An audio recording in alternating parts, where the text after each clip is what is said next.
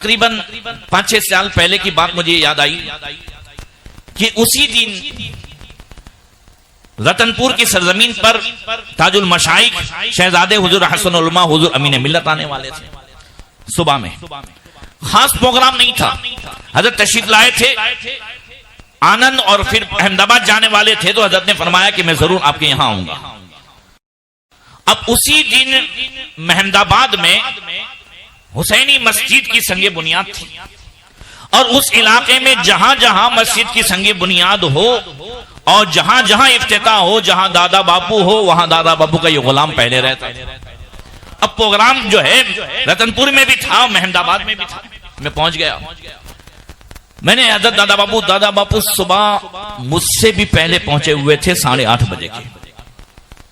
मैं 9 बजे पहुंचा तो मैंने कहा कि हजरत हुजूर अमीन मिल्लत आने वाले हैं, लिहाजा मैं तो प्रोग्राम शुरू करके और गाड़ी को पट्टी पे चढ़ा करके मैं निकल जाऊंगा, हजरत आज की ड्राइविंग आपको करनी है। तो दादा बाबू ने कहा ठीक है, मुस्कुराए, नाश्ता किया, हम लोग स्टेज पे पहुंचे। 9 बजे थे। जल्दी जल्दी मैंने अपना बयान किया और लोगों को जो है तरगीब दी, अब मैं निकल गया। उसके बाद दादा बापू ने मुझसे कहा था कि मैं जरूर यहां से खत्म करके हुजूर अमीन मिल्लत की मुलाकात के लिए आऊंगा। ये मशाइख का जो है वो भी सुनने जैसा है। अब हजरत अमीन मिल्लत आ गए, दादा बापू नहीं आए। कांटेक्ट कर रहा था, फोन नहीं उठ रहा था। हजरत को जो है मैंने यहां पे थोड़ा टाइम लगा दिया, फिर खाने में टाइम लगाया कि दादा बापू आ जाएं, मगर फिर भी नहीं आए। फिर उसके बाद मैं लड़कियों के मदरसे में हजरत अमीन मिल्लत को ले गया कि दादा बापू आ जाएं तो मुलाकात हो जाए। वहां भी सबको मुरीद बनाया। तकरीबन हजरत अमीन मिल्लत के आने को भी 3 घंटे हो गए थे। अब हजरत को भी जाना था। जैसे ही लड़कियों के मदरसे से बैठ करके हजरत अमीन मिल्लत वो गाड़ी में हाईवे पे चढ़ करके उस तरफ अहमदाबाद की तरफ गए और मैं रतनपुर की तरफ, और मुझे फोन आया कि दादा बापू दारुल में आ चुके हैं। मैंने फोन किया हजरत अमीन मिल्लत के साथ वाले को कि दादा बापू आए हैं। हजरत अमीन मिल्लत ने फौरन फरमाया ड्राइवर से गाड़ी वापस लो, हम दादा बापू से मिलने जाएंगे। हजरत अमीन मिल्लत आए, वापस आए रतनपुर। दारुल में दोनों बुजुर्गों ने जो मुलाकात की है, मैं तो थोड़ी देर के लिए कुछ लेने चला गया था दूसरे कमरे में। मुझे लोगों ने बताया और ऑफिस में दोनों बुजुर्ग दादा बापू और हजरत अमीन मिल्लत एक दोनों के पांव पकड़ करके इस तरह बैठे थे कि बाहर खड़े होने वाले सबकी आंखों से आंसू निकल गए। पता नहीं दोनों एक दूसरे को क्या कह रहे थे, मगर देर तक दोनों इस तरीके से पांव पकड़ करके बैठे रहे। तब दादा बापू ने मुझसे बाद में कहा कि मैं लेट इसलिए हुआ कि आप चले आए और उसके बाद पूरी जिम्मेदारी मेरी थी। मैं ही लोगों को तरगीब दे रहा था और सब कुछ कर रहा था। 5 घंटे हो गए मगर दादा बापू जो है मुसलसल मस्जिद का काम कराते रहे। मालम यमल्लू हो। आप इन उलमा से पूछें, खुद आप भी महसूस करें किसी भी जलसे में 2-3 घंटे बैठने के बाद क्या पोजीशन होती है। मगर दादा बापू को देखा, चाहे 3-4 तकिए लगा करके भी तशरीफ फरमा होता वो तशरीफ फरमा होते, बैठे रहते। मगर जब तक लोग मस्जिद की इमदाद कर रहे हैं, पहले फरमाते 10%, फिर फरमाते 20%, फिर 50%। एक गांव जो है गालिबन रावली के ऐसा हमारे यहाँ रतनपुर के उसमें सुबह 8:30 बजे में वहां दादा बापू भी सबसे पहले रतनपुर आए मेरे घर पे, और नए घर पे आपने पढ़ा। उसके बाद हम साथ में गए। सुनने जैसी बात है कि मस्जिद का इतना बड़ा काम था, तकरीबन 2-2.5 करोड़ का मसला था। अब उसी में सिलसिला चल रहा था। तो मैंने दादा बापू से कहा कि दादा बापू अब जो है आपका 10%, 20% वो तो हो ही रहा है। अब आप फरमा दे कि उलमा और सादात जो दे तो आप पूरा देंगे। फरमाया हाँ ठीक है, सौदा करो, आप अच्छा सौदा कर रहे हो। अब उसमें जो है सबसे पहले मैंने कहा दादा बापू मेरी जानिब से इतना, तो बोले मेरी जानिब से पूरा जितना आप देंगे। फिर आलिम, अब उसमें एक सैयद साहब ने कहा मेरी जानिब से टोटल मार्बल वो 8 लाख का होता था तो बापू हंसते हुए मुस्कुराते कहते हैं अच्छा सौदा कर रहे हो तुम मुझसे। अब ये 8 लाख बापू की भी जानिब से। मैंने कहा बाबा मुझे भी नहीं मालूम था कि सादात की जानिब से 8 लाख का मार्बल आ रहा। बोले नहीं, बात हो गई है कि अब इतना होगा तो हम इतना देंगे। इस तरह हर जगह दादा बापू ने ऐसी ऐसी जगह मस्जिदें बनाई हैं।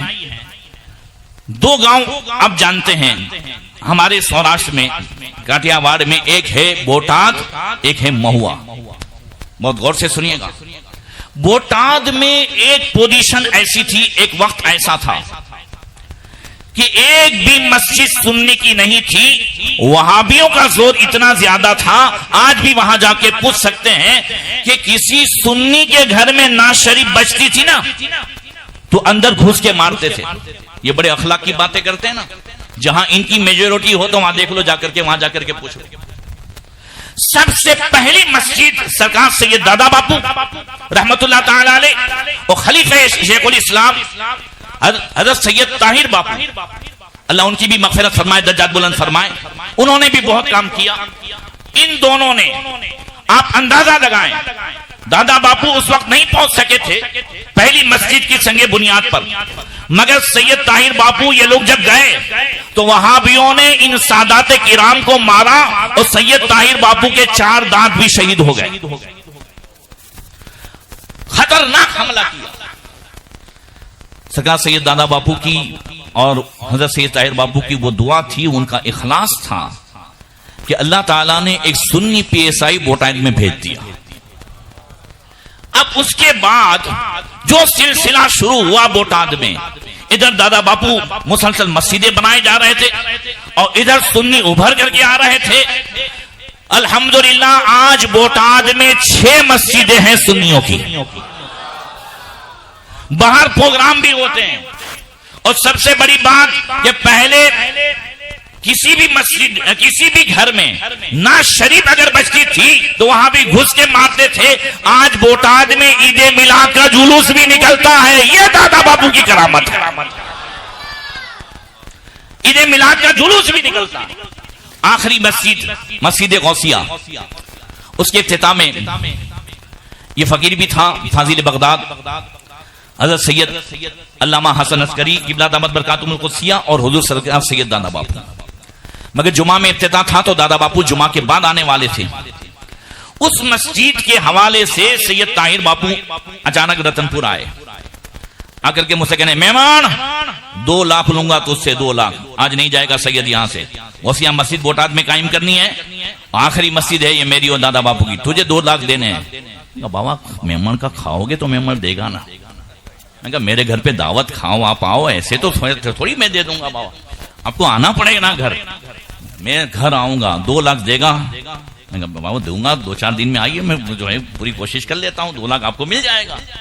2-3 दिन के बाद शेख साहब आए, मैंने 2 लाख का इंतजाम कर दिया। उसके बाद वो मस्जिद गौसिया तामीर हुई अल्हम्दुलिल्लाह।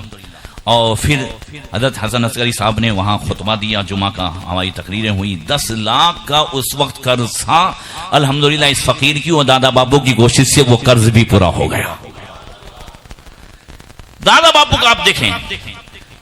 इसी तरीके से एक गांव है महुआ। महुआ आज भी वहाबियों का घर है। अभी बता रहे थे ना, कसम खुदा की दादा बापू ने जो काम किए हैं ना, वो बड़ी बड़ी तंजीम और बड़े बड़े दारुल वो नहीं कर सके जो दादा बापू ने काम किए हैं। उनकी खामोशी हमारे जैसों की हजारों तकरीर पे भारी थी। महुआ में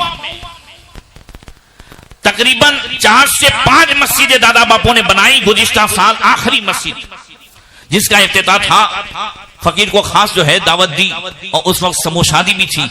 दादा बापू ने उस वक्त जो है इस फकीर को एक ट्रॉफी से भी नवाजा। हमेशा उनका यह था कि हमेशा हर काम करने वालों को नवाजते थे। सौराष्ट्र गुजरात में जितने भी इदारे हैं, कुछ को छोड़ के अक्सर इदारों में हर एक कहने पे मजबूर होगा कि हम किसी भी सिलसिले के हैं, मगर हमारे पीछे हाथ सरकार दादा बापू का है, जिनकी पीठ की, जिनके हाथ की वजह से